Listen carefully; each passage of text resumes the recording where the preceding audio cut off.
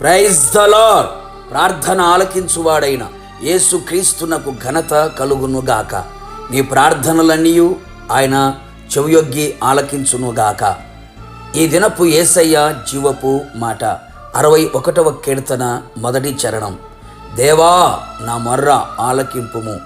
యేసయ్య నామములో ప్రతి స్థలములో ప్రార్థించుచున్న పరదేశులారా, యాత్రికులారా, మనము ప్రేమించి సేవించుచున్న యేసయ్య మన ప్రార్థన ఆలకించే దేవుడై ఉన్నాడు.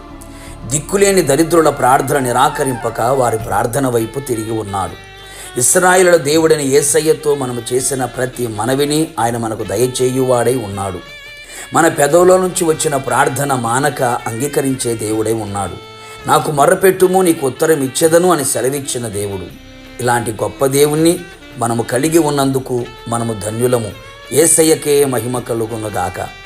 మనము ఆయనకు మొర్రపెట్టినప్పుడల్లా మన దేవుడైన యేసయ్య మనకు సమీపముగా ఉన్నట్టు మరి ఏ గొప్ప జనమునకు ఏ దేవుడు సమీపముగా లేడు. నిజమే కదా. ఆయన మన ప్రార్థన ఆలకించే దేవుడు. అందుకే సర్వ శరీరులు ఆయన యొద్దకు వచ్చుచున్నారు. కన్నులుండి మన ప్రార్థనలు ఆయన చూచును, చెవులుండి మన ప్రార్థనలు ఆయన వినును, చెవియొగ్గును, కరములు చాచి కార్యములు చేయును, నడిచి మన యొద్దకు వచ్చి మన ప్రార్థనకు జవాబును అనుగ్రహించి అద్భుతములు చేయును. దేవా నా మొర్ర ఆలకింపుము అని భక్తుడు విజ్ఞాపన చేయుచున్నాడు. ఆయనకు నేను మొర్రపెట్టి తిని, అప్పుడే నా నోట శ్రేష్టమైన కీర్తన ఉండెను. నా హృదయంలో నేను పాపమును లక్ష్యము చేసిన ఎడల ప్రభువు నా మనవి వినకపోవును. నిశ్చయముగా దేవుడు నా మనవి అంగీకరించి ఉన్నాడు.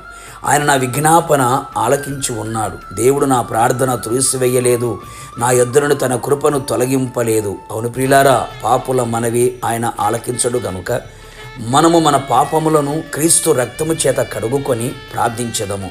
పవిత్రమైన చేతులెత్తి, పవిత్రమైన పెదవులతో, పవిత్రమైన హృదయముతో మనము ఆయన సన్నిధిలో మొర్రపెట్టిన ఎడల నిశ్చయముగా ఆయన మన ప్రార్థన ఆలకించును. మన పాపములు మన మొర్ర ఆయన ఆలకించకుండునట్లుగా అడ్డుగా ఉండకూడదు. విశ్వాసముతో మొర్రపెట్టెదము, కన్నీళ్లతో ఆయన పాద సన్నిధిలో మరలెడదము. వారు ఏడ్చుచూ వచ్చెదరు, వారు నన్ను ప్రార్థించుచూ ఉండగా నేను వారిని నడిపించెదను.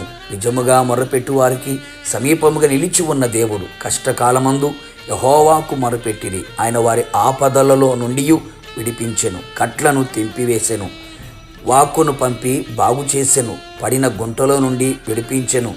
శ్రమలకు తాళలేక మొర్రపెట్టిన వారి మొర్ర ఆలకించి వారు కోరిన రేవుకు వారిని నడిపించెను.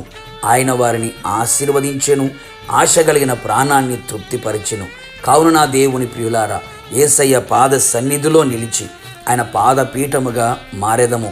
ఆయనకే మొరపెట్టెదము. నిశ్చయముగా నీ మొర్ర ఆయన ఆలకించునుగాక. నిన్ను అన్ని విషయములలో జయమిచ్చునుగాక, ఆశీర్వదించునుగాక, ఘనపరచునుగాక, దీర్ఘాయువుతో తృప్తిపరచునుగాక, ఆయన రాకడకు సిద్ధపరచునుగాక. ప్రార్థన. కృపాసత్య సంపూర్ణుడైన మా ప్రియ పరలోకపు తండ్రి, నీ పరిశుద్ధమైన పాదములకి కోట్లాది స్తోత్రములు. మరొక్కసారి మీ పాద సన్నిధిలో సజీవులుగా మమ్మల్ని నిలబెట్టినందుకై మిమ్మల్ని స్తుతించుచూ ఉన్నాం. ప్రభువా, మీరు మా ప్రార్థన ఆలకించే దేవుడవై ఉన్నందుకు మీకు స్తోత్రాలు.